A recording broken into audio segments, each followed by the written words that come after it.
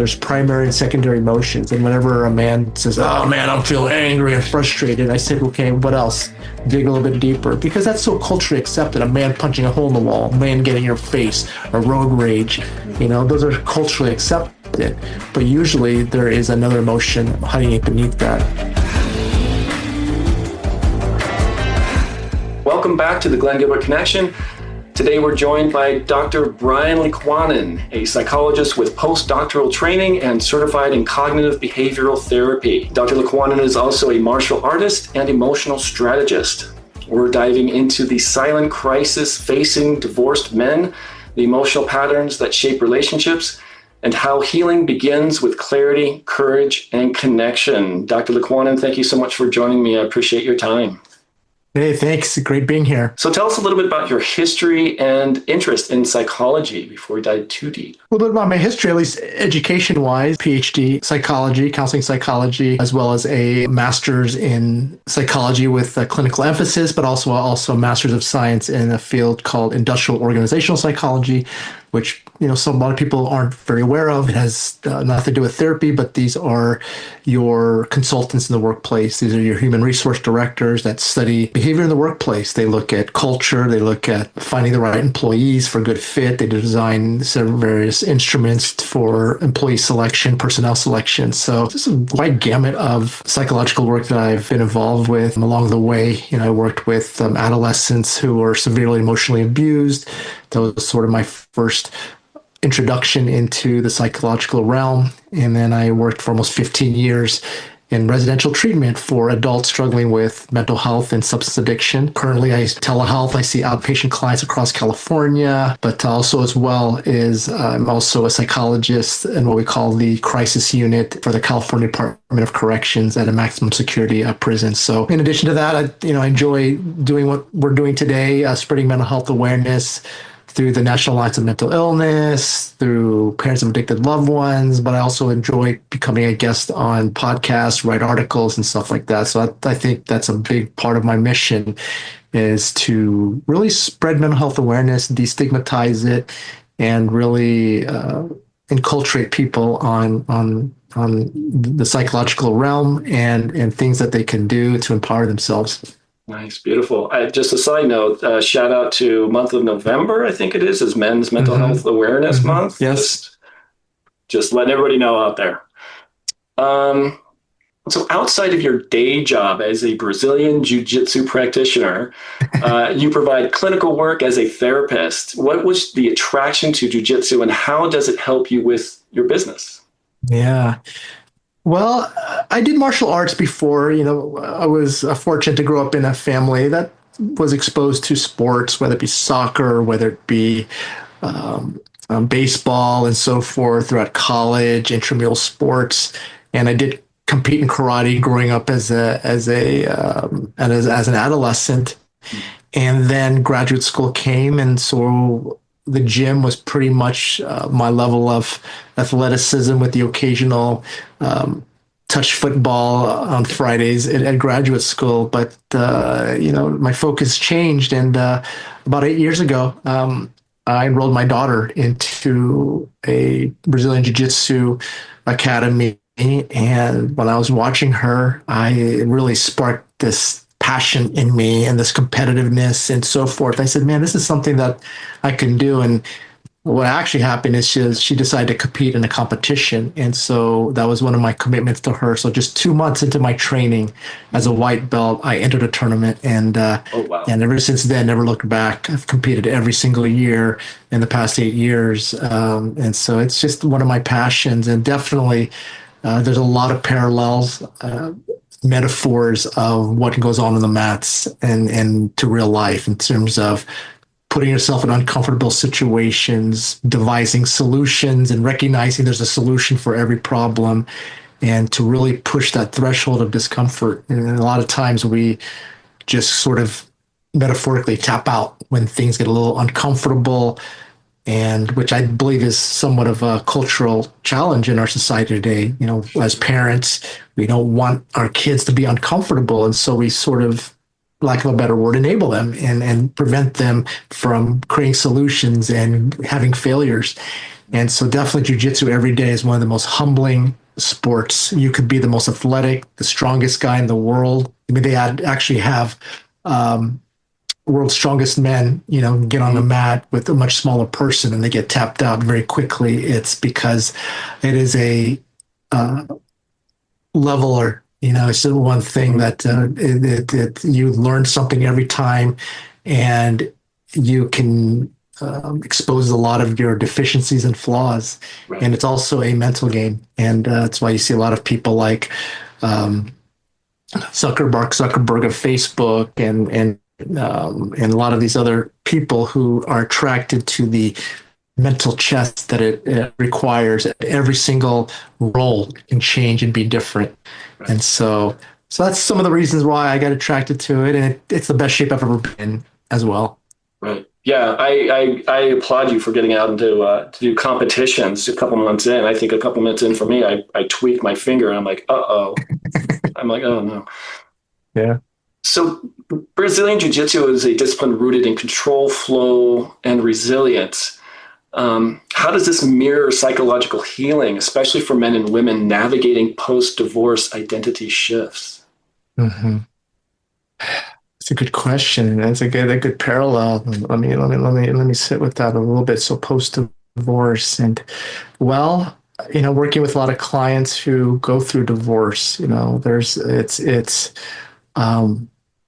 for people who've been married for a very long time, and maybe that's their only partner, it's just scary. It's like I said, it's very, very uncomfortable. There's a shift in identity, a reconfiguration, and coming up with solutions. And I believe that is very powerful. Like I said before, in jiu-jitsu, is you take life. It focusing on the things you can and cannot control, focusing on not only your strengths, but also your deficiencies. And divorce is one of the most challenging emotional, mental, interpersonal issues we can deal with. Is such immense grief and loss. Presumably, if that person was someone you were with a long time, they were a big part of your identity.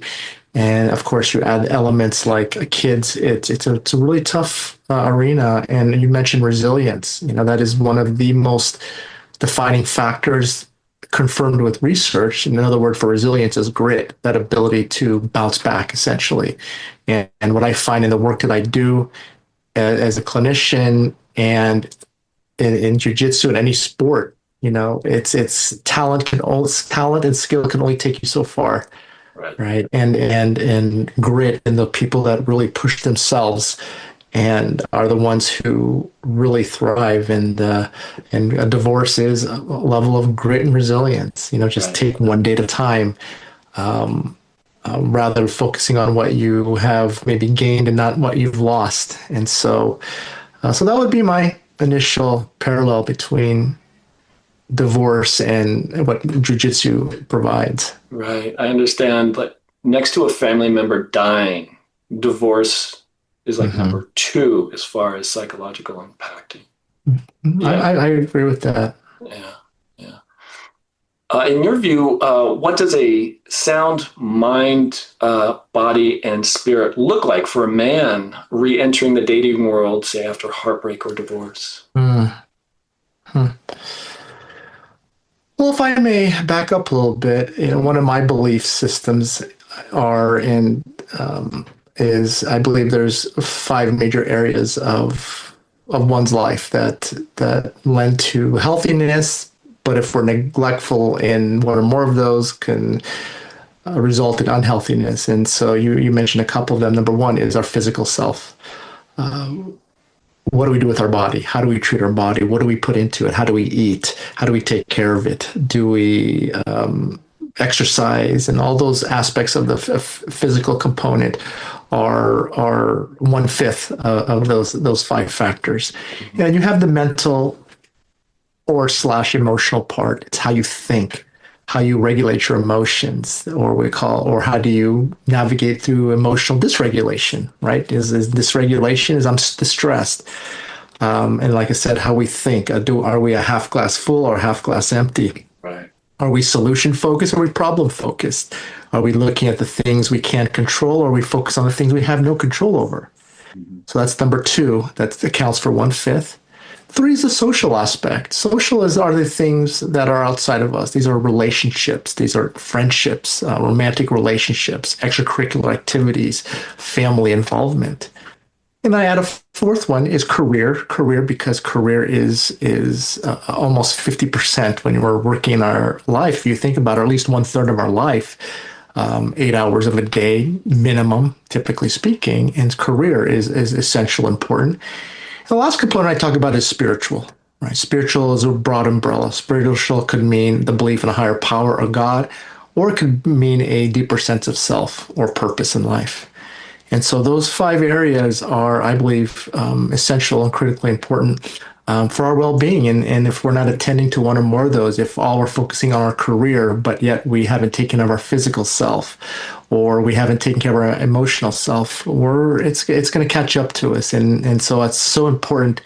It may shift every once in a while where one of them has to be prioritized over another. But when we focus on those 5 areas, at least what I find in the many clients I've seen, those are the 5 predominant areas that are critically important to attend to. Yeah. And then, but in terms of divorce, and can you do me a favor? Can you rephrase your question again, just so I make sure I'm addressing it correctly? So so we're looking at sound mind, body, and spirit. Mm-hmm. And for those men, I do obviously focus on men, and it's those men that are, I feel like I'm a man of integrity. I've made this commitment for life, and now all of that is gone. So what do I need to do, or how, for me getting back out into the dating world, or me recovering from this breakup that I'm just broken from? What should that look like? What should I do? What should I plan on doing going forward? I've always said, the first things you should start doing is just, make your bed in the morning. At least you've accomplished one thing. Yes. I think that was from Admiral McCracken. For the University of, I believe it's UT, Texas, that he gave that commencement speech to. Yeah, exactly. And then I get into other things of like doing things to take care of yourself, eating right, sleeping right, going to the gym. But I don't really talk too much about the psychological impact of, when you're walking away from something you thought you were really putting everything into, and now all of that's gone. What needs to be done, and how do I prepare for what's out there? Because for those guys that are in a relationship or have been in a relationship for 10, 15 plus years, the dating world is completely different nowadays. The dating apps have changed everything. Social apps have changed interactions between people. I think there's less people going out to bars, and I'm talking to guys that maybe don't even know, like they don't feel comfortable going to a club, or going to a club is just like out of the question type of thing. But more of, they're just getting out of this long-term relationship, and what should they start doing for themselves going forward? Well, from a psychological realm, to first start off with is you've got to give yourself permission to go through the grief and loss process. For your listeners out there that aren't so familiar with grief and loss, we tend to think grief and loss is just pertaining to death, right? And so I'm grieving. Well, who passed away? And grief and loss is this sense of the loss of anything that could lead us to having a major transition in our life, usually have a negative impact.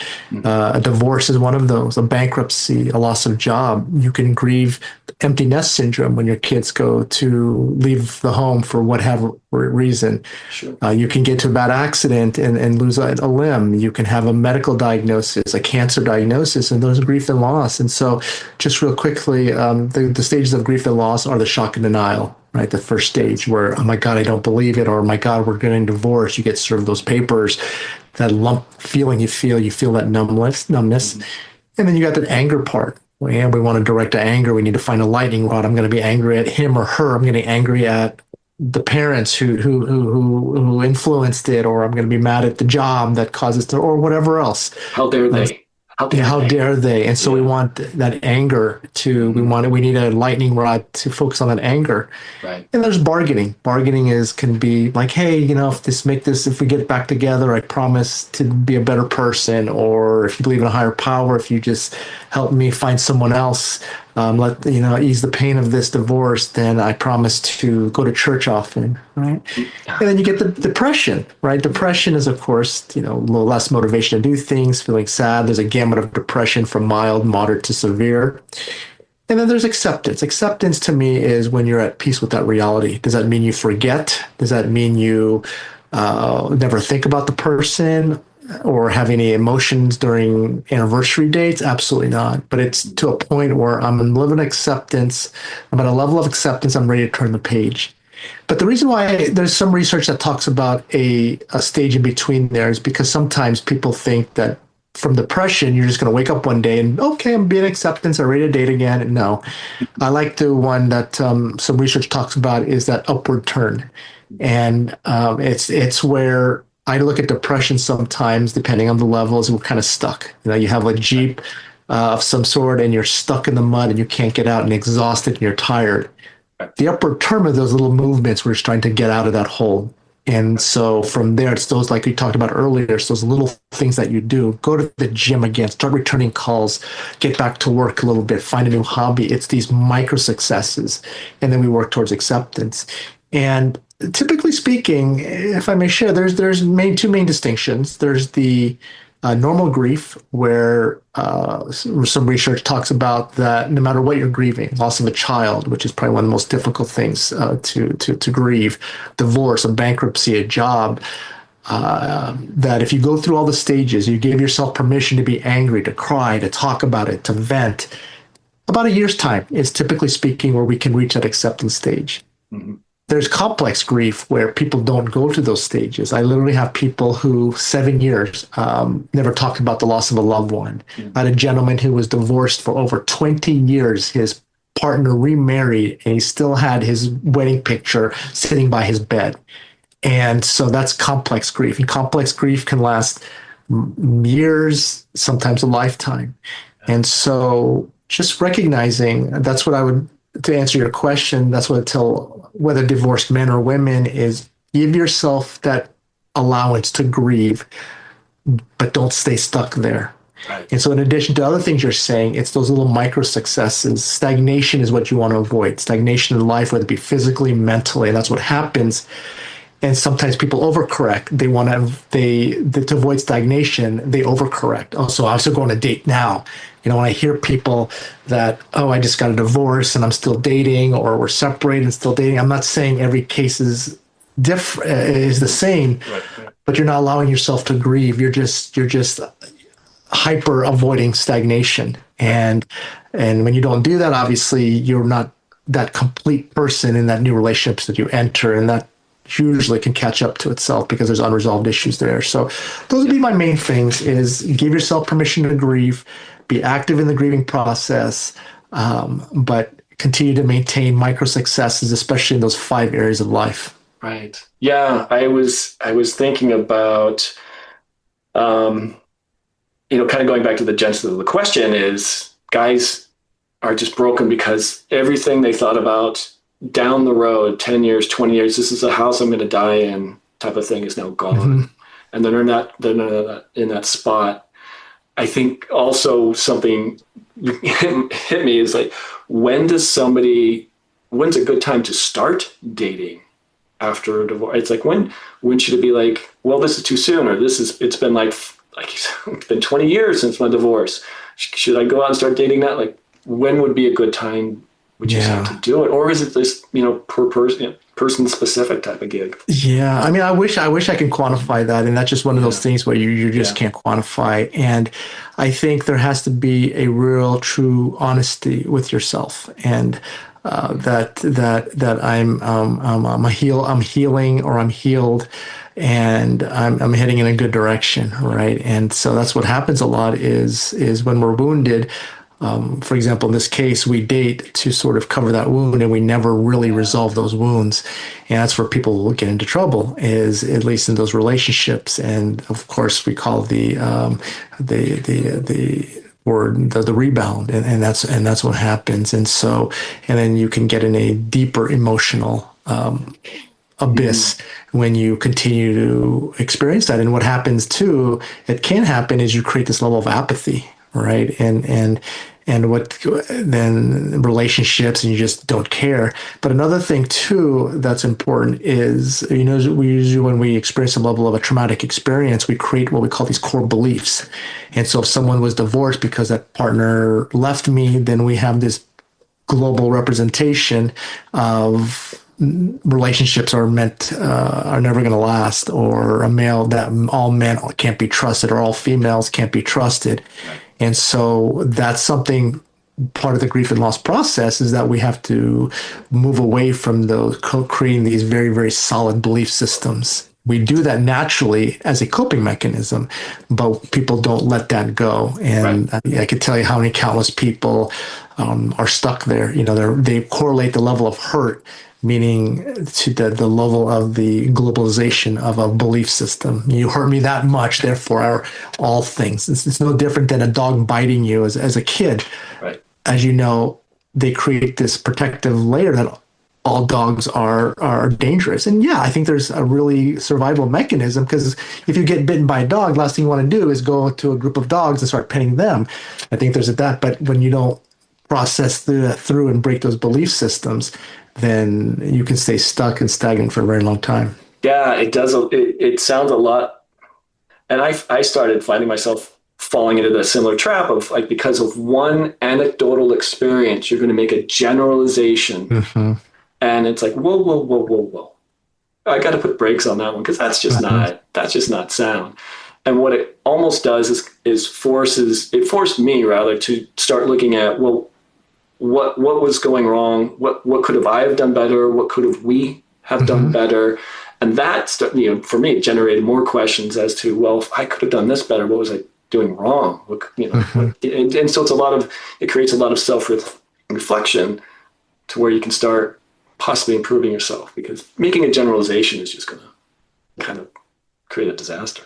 Yeah. And one of the big things I talk about is, and this is not just divorce, this is, I think, in that's generalizable in all areas of life, is, for example, if you're married and there's obviously two of you, what happens is, like I said, we want a lightning rod for our anger and pain. And usually, unfortunately, it's the other person. And but when you look at, no matter what, who did what, you cheated on me, I cheated on you, I was an alcoholic, you were an alcoholic, or whatever it may be, the healing takes place when I'm saying, no matter what happened, I'm assuming 50% responsibility, no matter what. And I'm going to work on 100% on that 50%. And that's what happens. Well, you know what? He was 90% of the issues because he always worked and he was an alcoholic. And I didn't have anything to do with that. Some of the most dangerous words, I don't know if danger is a heavy word, but too much of a heavy word, but danger in terms of the last thing is of a relationship is whenever someone says, I didn't do anything wrong, it's not my fault. Man, that's part of that disease, is because whenever you have two people in a dynamic, doesn't matter what the issue is, everyone had some level of responsibility, whether it be someone enabled an issue, whether it be someone manipulated the situation, and that's the healthiest way to go. And from there comes self-improvement.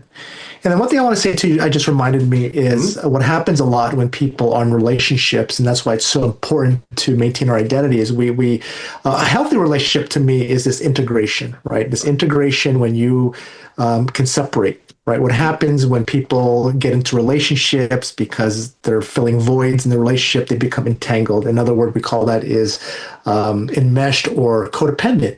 And that's why when people divorce, they lose a whole sense of self, is because their identity has been so wrapped into it. Even if you've been married for 40 years, yes, you are integrated and so forth. But if you're not maintaining a sense of self, that's why it's important for a partner to be able to go and pursue their passions and so forth.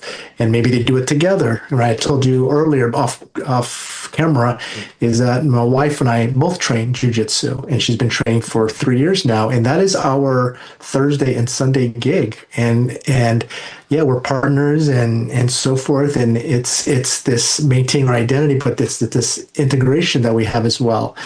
And so obviously shared activities are great, but even if they're not shared activities, maintain that level of interdependence is critically important. So that's why you get a lot of couples that don't divorce, because I don't know, I've been with him all my life or her all my life.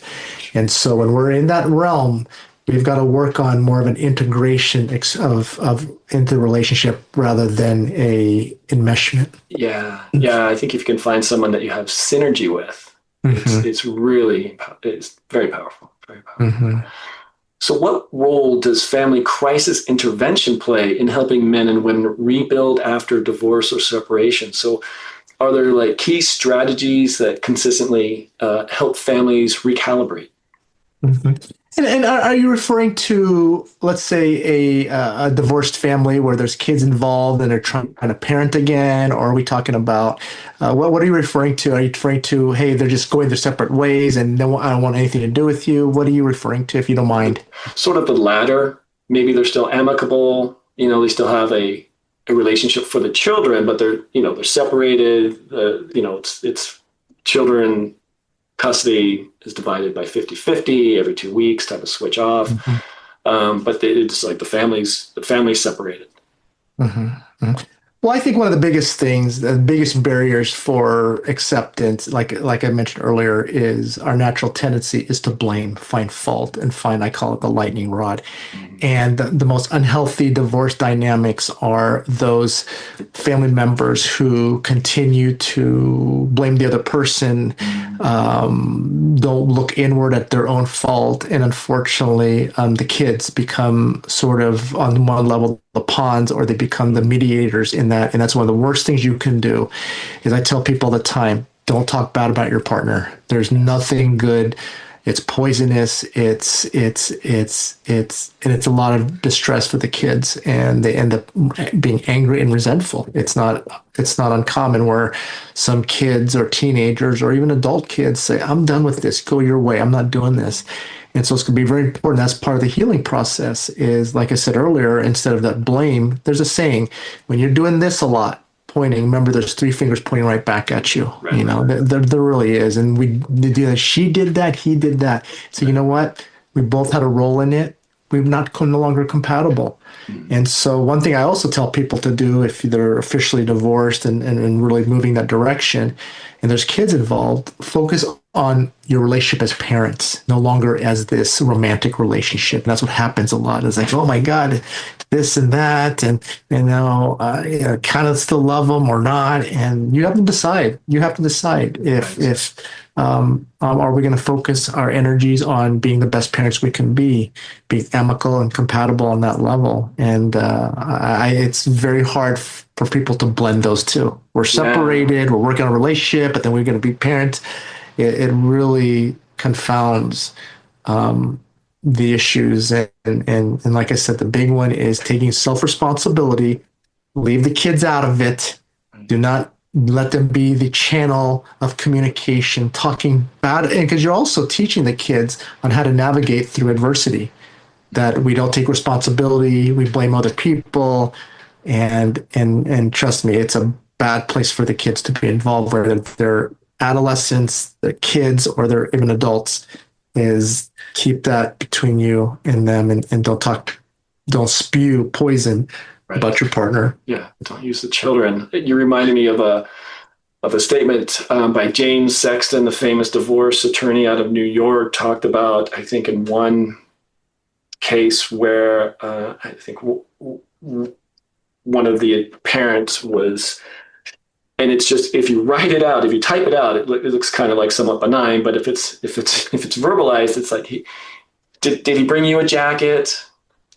Were you cold outside? You probably might have been really cold outside if you were, with him that day. And just the voice and how it was coming across to the child, and how talking to the child, there's a sense of contempt for the other parent. And it's just like what you're saying, it's just how you talk to the child about the other parent should be not in such a negative, degrading manner, because the child will walk away with going,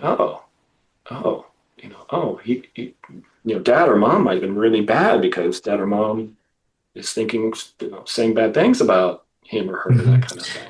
And you don't want to put the child in a position where they're going to have to choose, right? There's a no-win situation, right? Is they want their parents and they're hurting through this as well.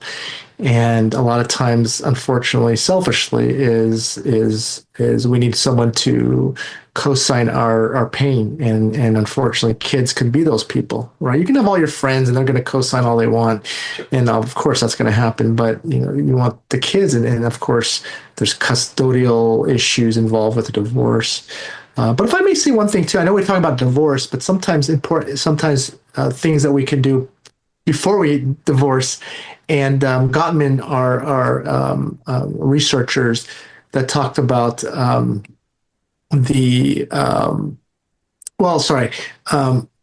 research on intimacy. Intimacy is closeness. We always think intimacy sometimes is physical sex, and no, it's a form of expression of intimacy. But intimacy just means closeness. And 4 factors that are important for maintaining an intimate relationship are, number 1, dialogue. Are we communicating? Right? Are we talking? Right? It's very hard to be connected with someone if you're not communicating, and of course, and speaking and so forth. Another one is transparency. Are we being honest? Are we being transparent? Or vulnerable? Are we willing to put down our guard and be vulnerable to our partner and not feel like there's going to be retribution for that a person's going to use that against me?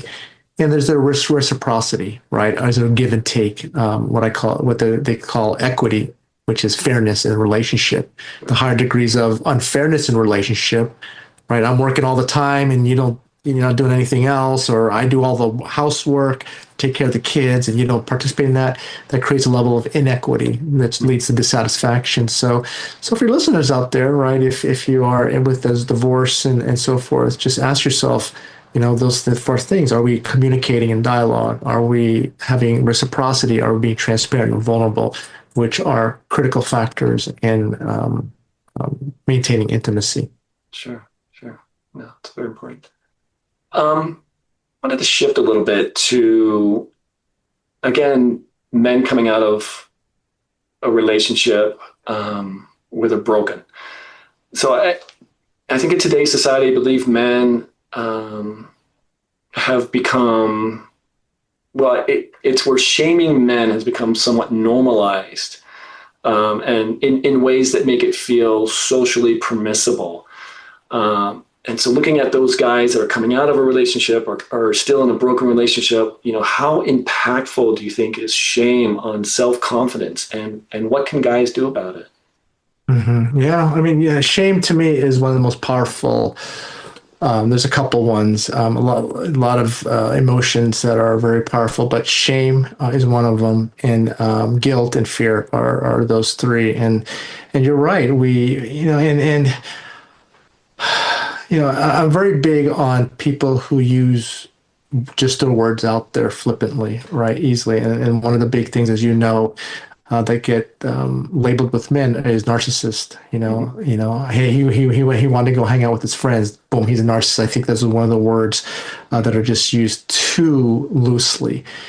Someone just wants to take care of their own needs. Boom, they're a narcissist. And I believe predominantly that's more focused on men. And so whenever I have a client and says, "Oh, he's a narcissist," or "he was abusive," I explore that more, and I will challenge that patient a little bit more. And I think that's just one of those concepts that a lot of men get unfairly labeled onto them. And a female or whoever, it doesn't have a female, there's any partner, right? It can relate. Let's say, just for example, for this explanation's sake, let's say a female, would like to spend quite money on self-care, or go to the spa and so forth. Right. We're not going to all of a sudden label that person as a narcissist, right? Necessarily speaking, but I do believe in many cases that men have been thrown the narcissist label a little bit too loosely, and a lot of that is lack of education, just naivety, right? And I think we've overcorrected again on something of that. If a man just says, you know what, I'm going to do this, this is something I need to take care of, boom, they're a narcissist, right? But we forget about all the other factors that are involved. And so I think as a society, we're very quick to put labels. We went through that with ADHD with kids back in the day. Oh gosh, you can't concentrate, you have ADHD, right? No, sometimes kids were too intelligent. They were bored. And right. So, yeah. And so they're just amped up. They're like 10-year-olds got some testosterone going. They're like, they're just kids, right? They're bored. They're kids. Having a child sit in a classroom for 9 hours or 8 hours of a day, we got to look at those factors. And so, but shame is very big. It's feeling humiliated and so forth. And it's because sometimes we assign a lot of responsibility on the man. Sure. When things don't work out right, they can't provide enough, and I think shaming, and then that's where people taking equal share of responsibility can sort of circumvent shaming, right? Because you shame because you believe you're attributing that person for being mostly at fault. But when you look back at yourself, it's humility. I think humility is one of the most important things. It's humility is just this. This sense of being open to vulnerability, that I'm humble enough. And that comes from, if you actually look at the word humility, it comes from the word having been humiliated. Mm-hmm. That's where humility comes from. And so, but I think if you're humble enough to look inward and look at that is one way to prevent the shame process. Yeah. Nice. I'm just digesting everything you said. I know it's a lot. Fantastic. It is a lot. It's a lot.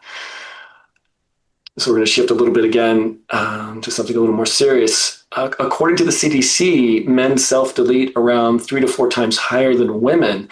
However, a study published in the Journal of Epidemiology and Community Health found divorced men were over 8 times more likely to die by self-deletion than divorced women.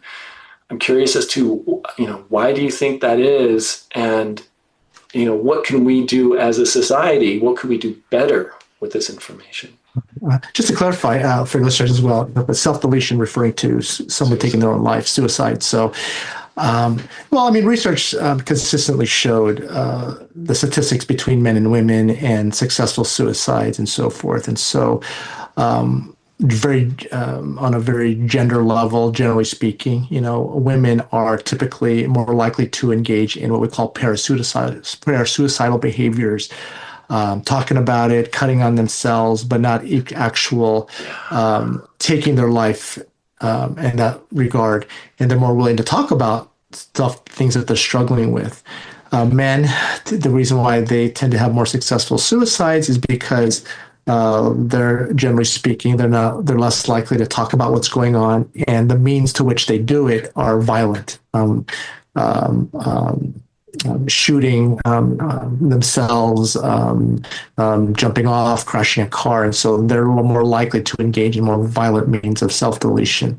And so that statistically, that's to answer somewhat of your question of why is it statistically so high. But one thing that's interesting too, just to let you know, since we're on the topic of suicidality, is research also shows, and I've seen this with clients I've worked with, is that, most people don't truly want to die. They just want the pain to stop. And that's what happens is there's one of the great sayings I've ever had is that every storm eventually runs out of rain.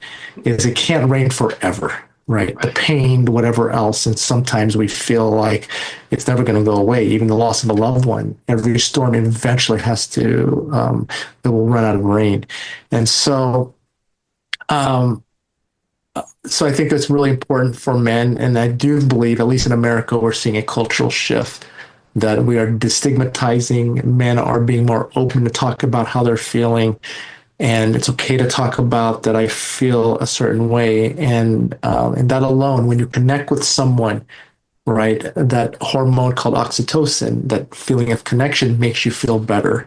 And that's one of the reasons why people, when they talk to a friend or go into therapy, that accounts for why people feel better, because there's a release of oxytocin. It gets released when you're intimate with someone, you hold hands with someone, you hang out with friends.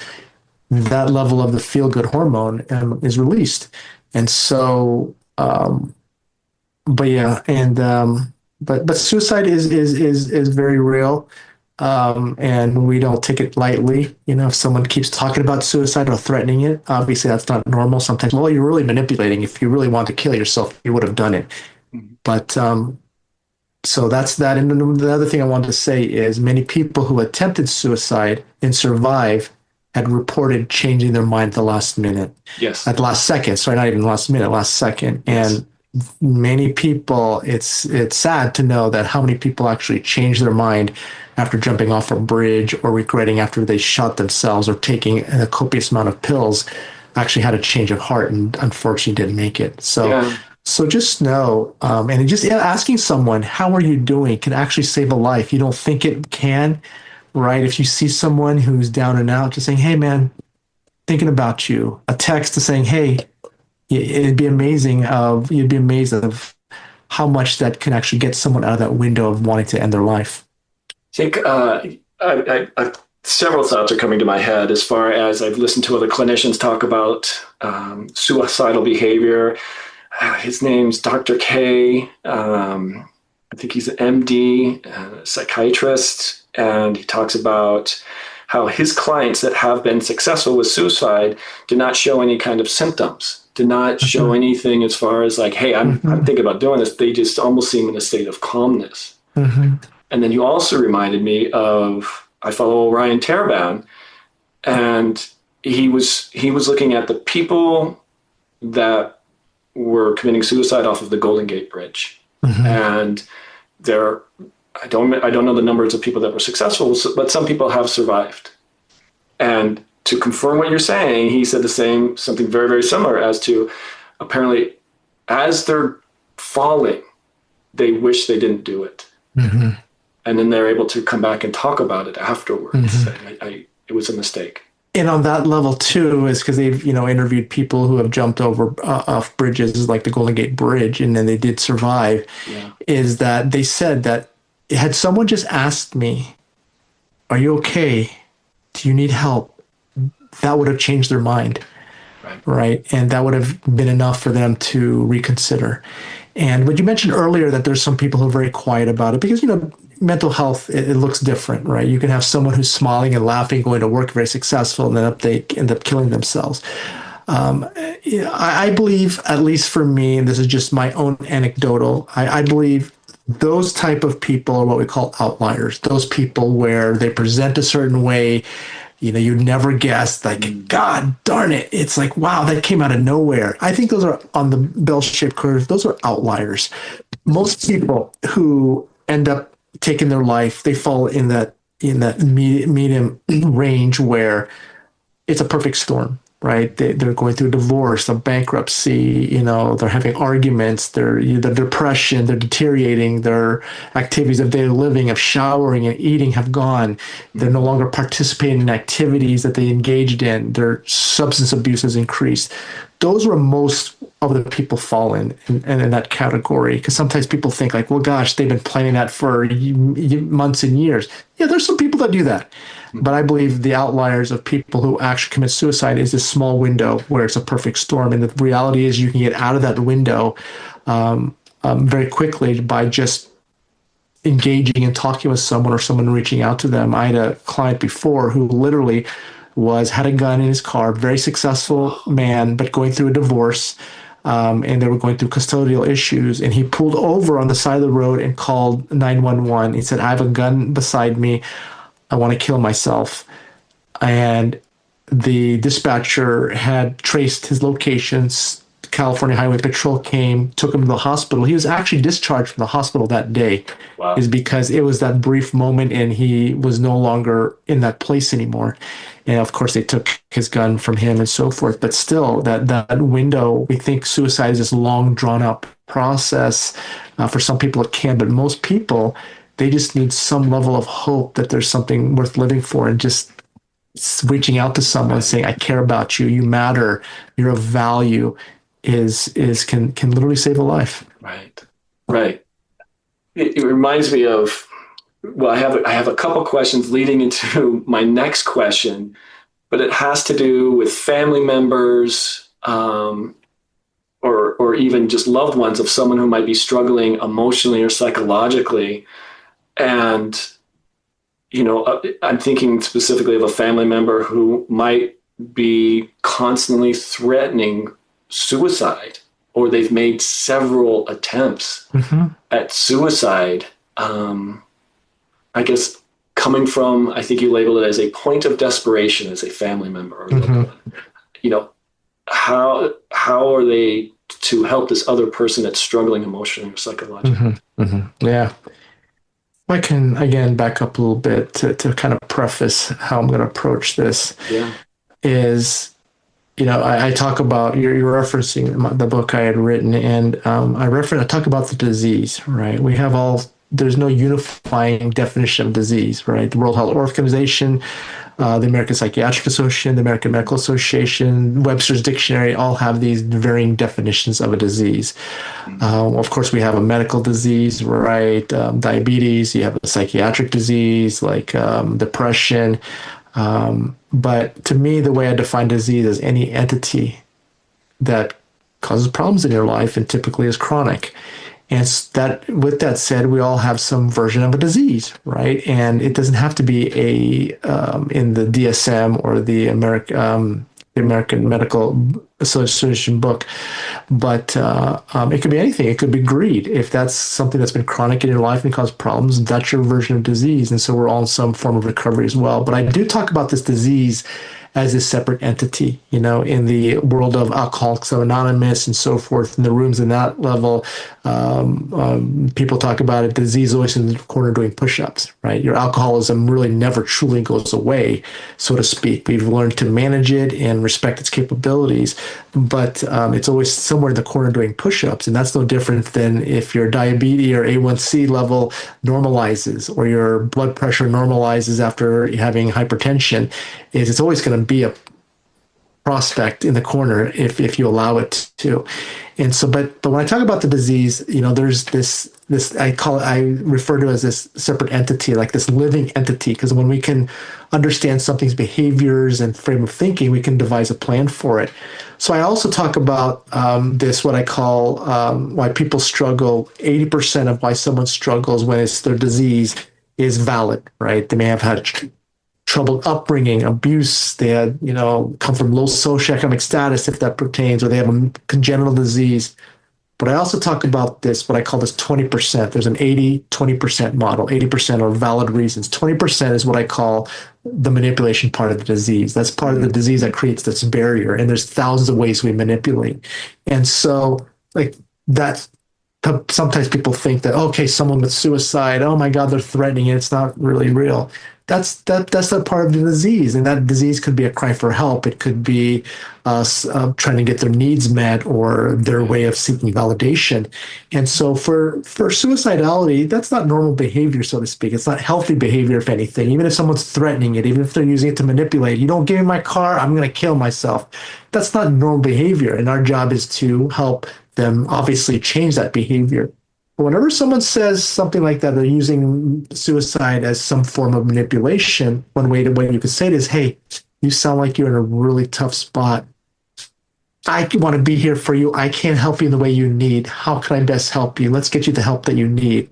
And so you're validating the person, but you're also not falling down that rabbit hole.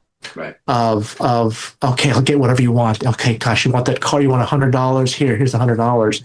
Right. And so you're actually, what I call assertive love, is that you're coming from a place of love, but setting firm boundaries as well. So when you have a family member that's threatening that, one of the best things you can say to them, hey, you sound like you're in a really tough place. I'm concerned about you. right? What can I do? But if I can't help you, what is the things that we can do? Mm-hmm. And if they're manipulating, then, oh no, never mind, there's nothing. Or if they really need help, a lot of it could be a cry for help, Right. And so anyway, I hope that answers your question. Yes. I kind of prefaced it and all this, throw in some other things, but suicidality is very real. Right. Parasuicidal behaviors are behaviors that a person doesn't necessarily want to die, like cutting themselves or driving recklessly without a seatbelt. But those can lead to suicide eventually. And you can die accidentally engaging in parasuicidal behaviors. You cut yourself a little bit too deep and you bleed out. That you can die. And so that's not healthy behavior either. And so, but my point is, take suicidality, the whole spectrum from actually committing suicide to talking about it and all in between, we take it seriously. It's kind of what you suggested about shame. It's like it's a good idea to have boundaries and not be taking advantage of those boundaries, or not letting those boundaries be taken advantage of. Yeah. And then one more thing, real quick, before boundaries, because a lot of what I like to do is clarify with things, is because a lot of times people think boundaries is this really aggressive, in-your-face thing. Sometimes that is called for, but that is 1% of the time. Boundaries just means I'm communicating my stance of what I'm going to participate, not participate in, right? That's mainly what boundaries are. Like I said, when someone says, I got to have boundaries, that means I got to get in your face and yell at you. No, it's just saying that some of the people that I've met that have set firm boundaries have been smaller in stature, but it's their energy that project. So just know that setting a boundary is just clearly communicating what I'm okay with and what I'm not okay with, and what I'm willing to participate, not participate in. Yeah, beautiful. For those of you watching or listening right now, and this is hitting home, share it. Subscribe for more real talk. One honest conversation can change everything. Let's continue. Again, shifting gears a little bit, I'd like to get your thoughts on a quote I found from Carl Jung. A man who has not passed through the inferno of his passions has never overcome them. Well, the first thing that comes to my mind when he describes, obviously, a very, very heavily visual word of inferno of their passions is that, that's what exactly a passion is. It's something that you would try to achieve at all costs. And so if a passion, to me, if it's too easy for you, then there's limitations in true growth and change. If you're willing to sacrifice, go through discomfort, willing to fail, but still get up, that's a true passion. People that say, oh, well, it didn't work. I tried this sport, I loved it, and I didn't win, I wasn't successful. Then that's not your passion, right? Passion isn't about the win, isn't about the gold medal, it's not about the ranking. It's about something that drives me. It's that inner fuel, that inner drive, fail or not fail. That's what a passion is. Some people, they love to engage in something, whether it be art in something. They love to do it just because you're not as successful or you're not recognized. Like, how many people are out there singing, right? And don't sell, 1 million records and so forth, or they're not the Taylor Swift or these very high level people, but they still sing anyway. Right. And that's a passion. And to me, that's what he means, that if you're not willing to fall and get back up, then it's not really a passion. It's a hobby. At least that's how I look at it. Right. For me, right. I've lost many, many times in jiu-jitsu. Humbly, I've won as well. But today I trained earlier, and I didn't have the best time of training. I had a very tough partner, but it's a passion. I'll come back. going back tomorrow. Right. And a lot of times, when things don't go our way, we bail and we tap out, and that's not a passion. And so, but I do believe we all have some form of passion if we look for it. So keep throwing darts at the board. Sooner or later, something's going to stick. I call it a purpose. And again, I'm thinking specifically for men that might be broken from a relationship or something. Find a purpose. Exactly. Or in other words, find a passion. And so if you do get knocked down again, you're going to be like, no, I like this so much that I'm going to get back up and keep going after it. Yeah. And that's why I referred to earlier as the spirituality component, Yes. that purpose. That is a major and protective factor to depression. People who are chronically depressed, they don't feel like they have a purpose or a passion. I'm not good enough. There's nothing I can do. I'm not. And so that's what I always tell people that struggle with chronic depression is you got to find a purpose, because with purpose comes passion, comes resilience, come successes eventually. That's perfect. In your work, how do you help people confront and not suppress their emotional chaos? In other words, how do you help people distinguish between emotional suppression and emotional regulation, especially in cultures or generations where vulnerability is seen as a weakness? Mm-hmm. Mm-hmm. Well, my first thought with this is I look at emotional regulation is like this, being able to turn down that knob, right? We talk about jiu-jitsu is if you go out there screaming your head off and jumping up and down, I'm going to choke you out. Yeah, you're probably going to get beaten pretty quickly, because number one, all your energy is going to that screaming. Is that what my problem was? Is that what I did wrong? You're jumping up and down and banging your head on the wall. Yeah, it's probably. That's why you see, if you look at any athlete, whether it be a football, take that away, because football, at least, prior to it, but when they're getting ready, when they're lining up in that huddle, or they're lining up on that line, whether it be a baseball player and a pitch, a diver getting ready to swim, or a boxer even, they're calm and collected. They're regulating their emotion, right? And so for me, the difference between emotional regulation is being able to have the skill set to turn that knob down. Suppression is we're stuffing it down and we're never revisiting it. And so you need an outlet, right? Does that mean you got to tell every single person about your emotions and wear it on your sleeves? Absolutely not. Right. But number one, you have to have an outlet, and that could be in the form of a therapy, a trusted friend, a partner. But again, speaking of partners, no one should be your emotional sponge, right? Sometimes people rely on their best friend, my spouse, my parent, and that's a lot for them to take on, especially when they feel they can't help you. But the help of a professional, a coach of some sort, a pastor of some sort, is suppression is the opposite of giving yourself permission. So we have to be able to give ourselves permission so we don't suppress. But emotional regulation, like I said, is that ability, that skill set to be able to adjust the emotions when needed. So emotional regulation is one of the biggest things, most important things. You look at any real high-level executive or coach is their emotions are in check. Right. Because when your emotions are in check, you react, and when you react, you don't make the best decisions. Right. No, I agree 100%. How might this idea of passing through the inferno apply differently to men and women rebuilding after heartbreak or trauma? Difference between men and women. Well, how would it apply differently, for a man, and how would it apply differently to a woman? Well, if I'm answering your question in terms of how you're phrasing it, I talked about earlier those general gender differences. Females are less likely to suppress their emotions, right? Women tend to connect through dialogue, and men tend to connect intimacy through shared activities. You get a bunch of guys watching a football game or a UFC fight, they can not have to say a word. Right. There's this one video on YouTube where there was someone from Europe. They were watching a soccer game, but no one was allowed to make a noise. No one was allowed to cheer or talk. They couldn't. They had to just watch. Even when they scored a goal, they weren't allowed to make any sound.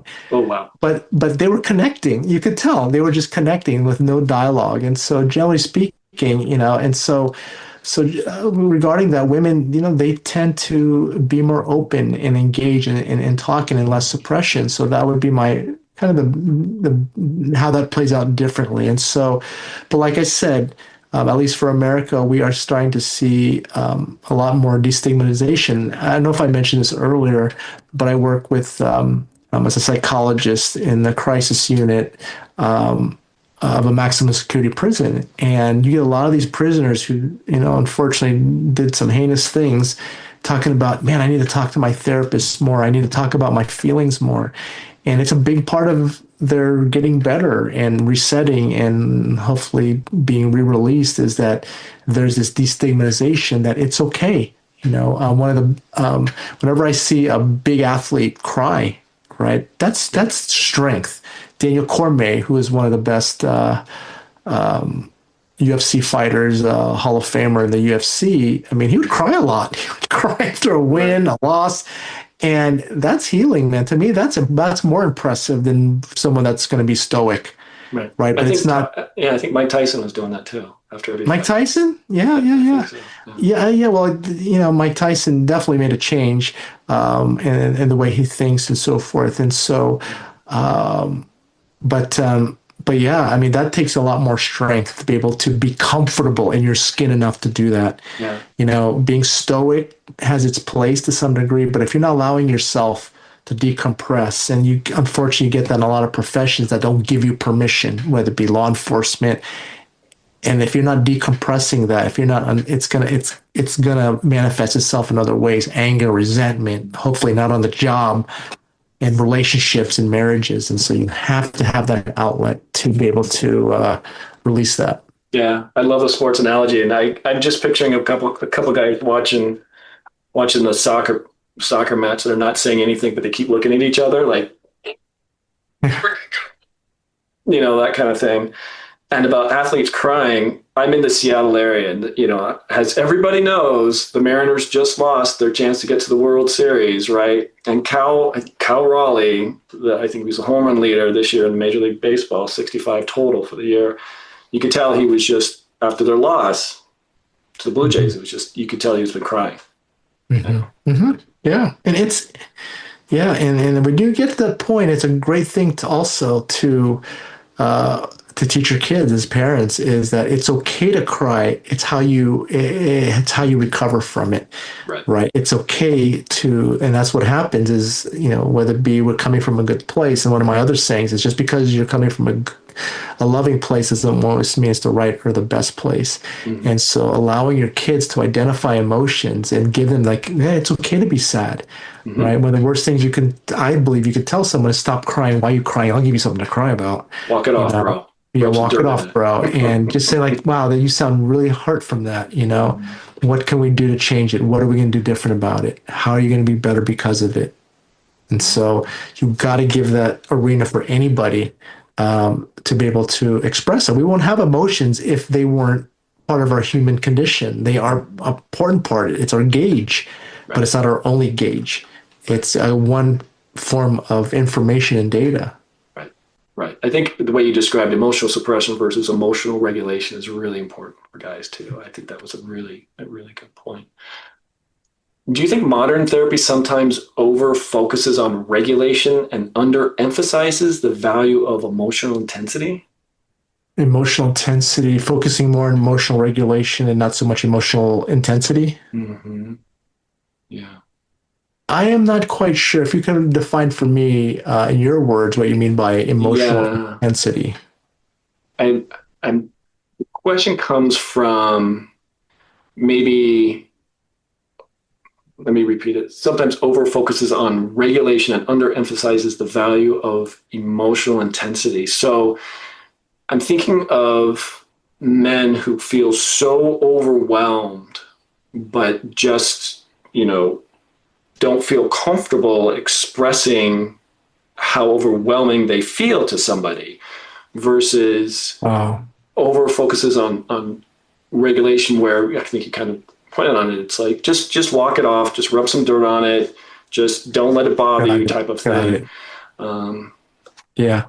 Okay. Great. Thanks for clarifying that. And I think just if I was to just look at, generally speaking, is because when you have emotional intensity, that means you are losing control, right? And what is it culturally? A man's supposed to have control.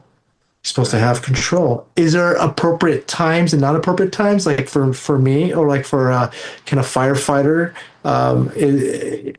can it mean the matter of saving a life if they don't bawl in tears and stay task focused? Absolutely. Someone in the military, a police officer, a fighter going into a ring, and so in a role that I do as a psychologist, there's sometimes, so sometimes there's certain roles and appropriateness.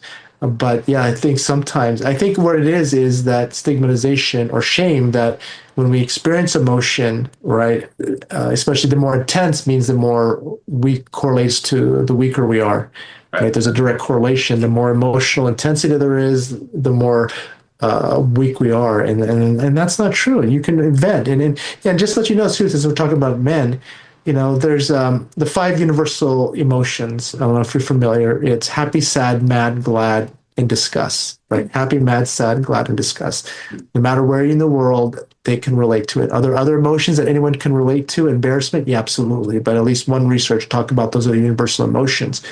And men tend to, whenever someone there's primary and secondary emotions, and whenever a man says, "Oh man, I'm feeling angry and frustrated," I said, "Okay, what else?"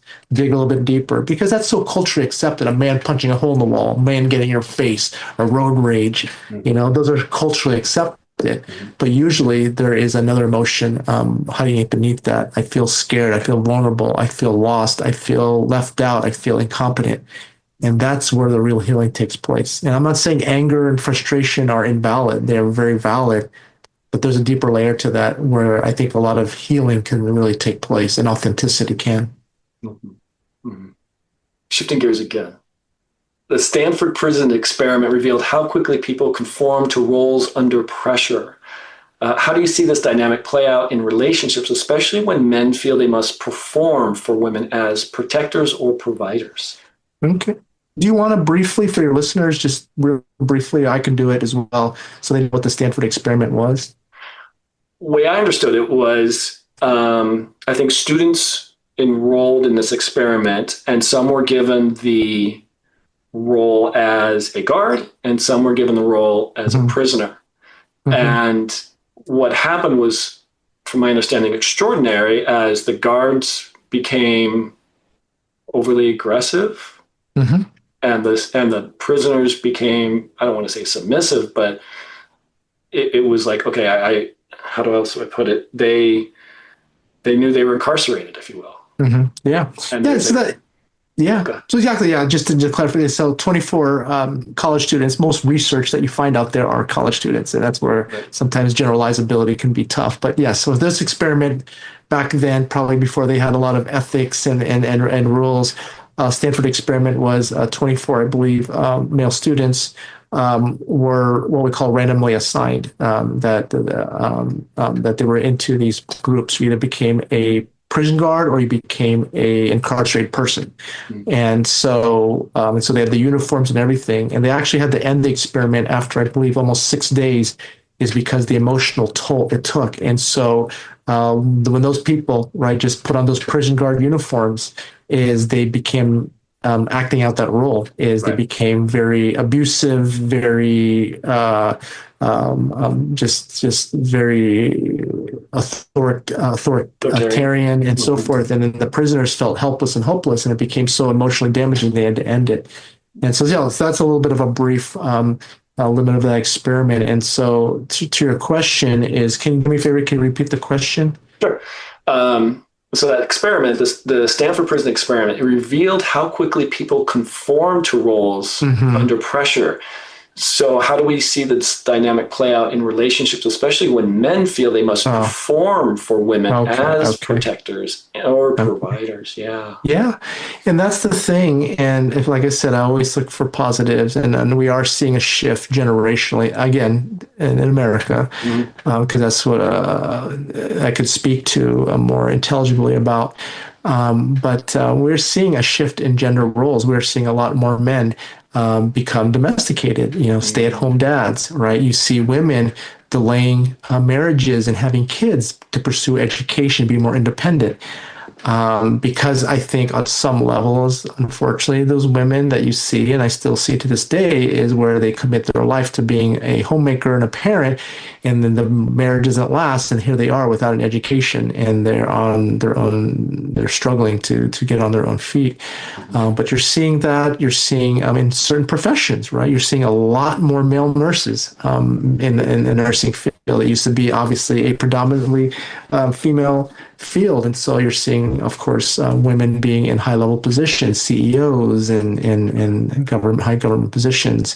So But still, I do think there's are still those roles that people play, and I do think there's still that male part of it where we're supposed to present a certain way. And like I said, you're right. It when talking about mental health wise, we suppress, and that can lead to depression and suicidality because they feel like a failure. They're shamed.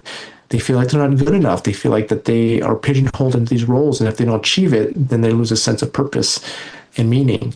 And so, but yeah, I think that's something we have to really recognize is that roles are fluid. They can change. My role right now as a parent can change 5 years from now. It's different than it was 10 years from now. Maybe be different 15 years from now. But I think, but identifying roles and know how we can collaborate and is going to be really important. You're seeing a lot more men share effeminate attributes, right? More feminine attributes and so forth. And so I think in terms of roles, I think we are moving in a positive direction with that. And but yeah, so be mindful of the roles, and the more rigidity there is, I think the less likely we're going to be flexible to changing those roles. Right. Real quick, this is kind of a silly question, but imagine a future diagnostic and statistical manual of mental disorders, or a future DSM entry called relational legacy disorder, a condition where unresolved emotional patterns are passed down generationally. What symptoms would you expect, and how would you treat it? Yeah, well, there's true as generational, right? There's generational trauma, there's generational depression, there's definitely generational suicide. I'm sorry, well, it can be as well, but substance addiction. Right. But a relationship legacy and what kind of the symptoms? Well, depending on for what angle are we looking at? Are we looking at a more as a dysfunctional legacy or a more functional, productive legacy? I think there needs some clarification there. What angle were you looking at? Well, I put down unresolved emotional patterns and how unresolved emotional patterns. Okay, how sorry. those are passed down generationally.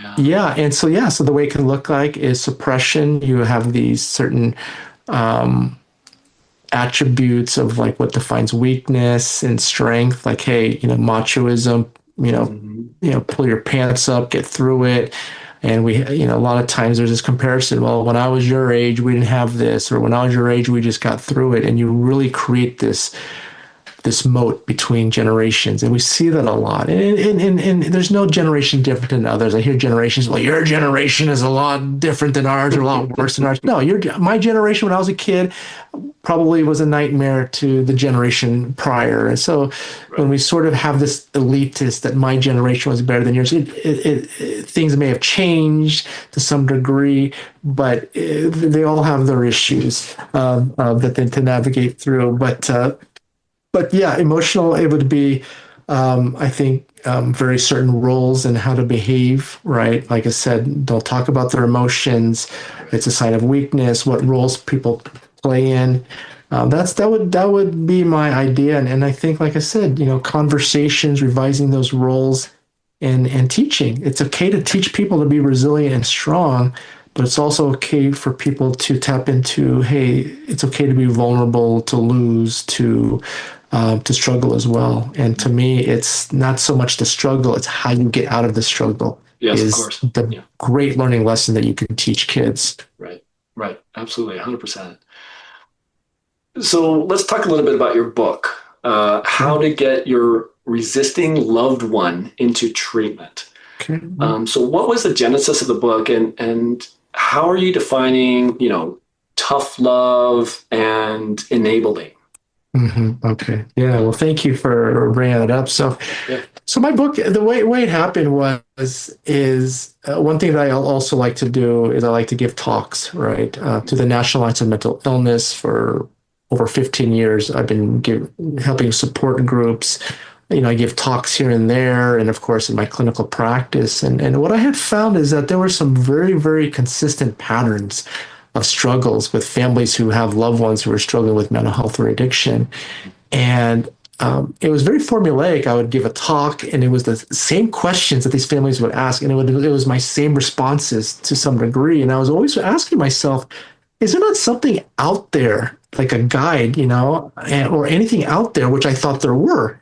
Right. And so I'd ask clients, the family members, I'd say, is there anything that you know of, that a strategy guide to help you guys navigate through this? And they said, yeah, there's some books that talk about something specific. Someone with schizophrenia, how do you deal with someone with alcoholism? Mm-hmm. But there wasn't really a comprehensive guide of what families can do.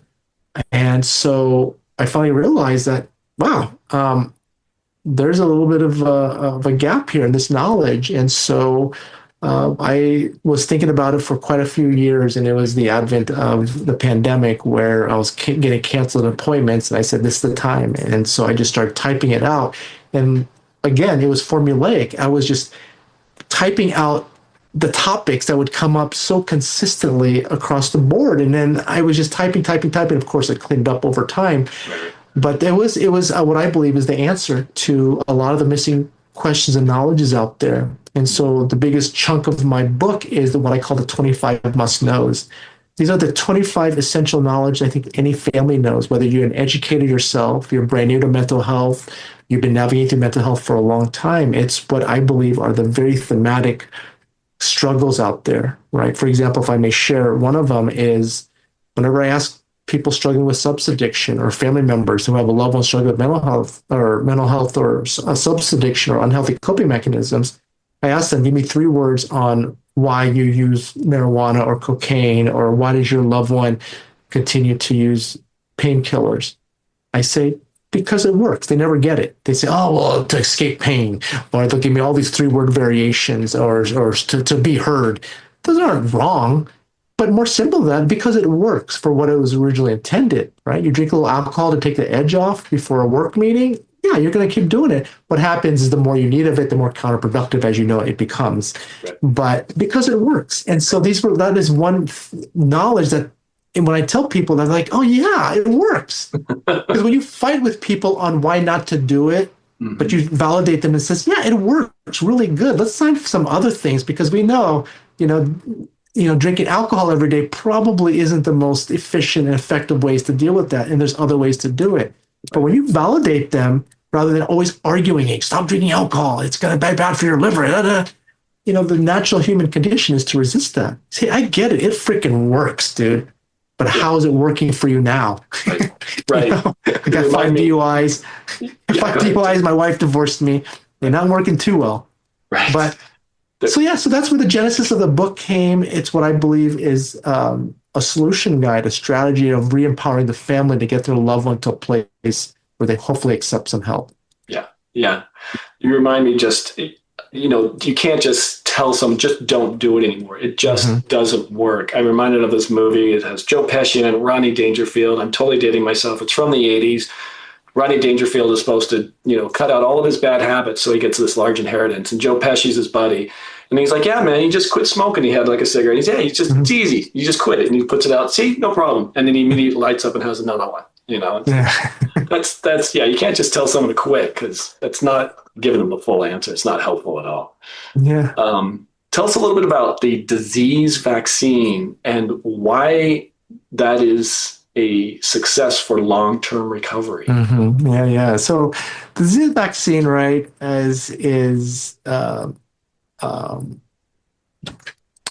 sort of the somewhat the cure or the way to manage the disease. And so I found very consistently, I've seen probably hundreds, if not thousands, of family dynamics or clients over the almost 20 years that I've been working. And, certain attributes come up that differentiates people who progress in life in their recovery or treatment and people who don't, right? Simple factors. And so the 3 factors that constitute the disease vaccine that I can nearly guarantee you'll be able to manage your disease when it comes to mental health are these 3 factors. And I use H2O, water, as the, we know water is essential for life.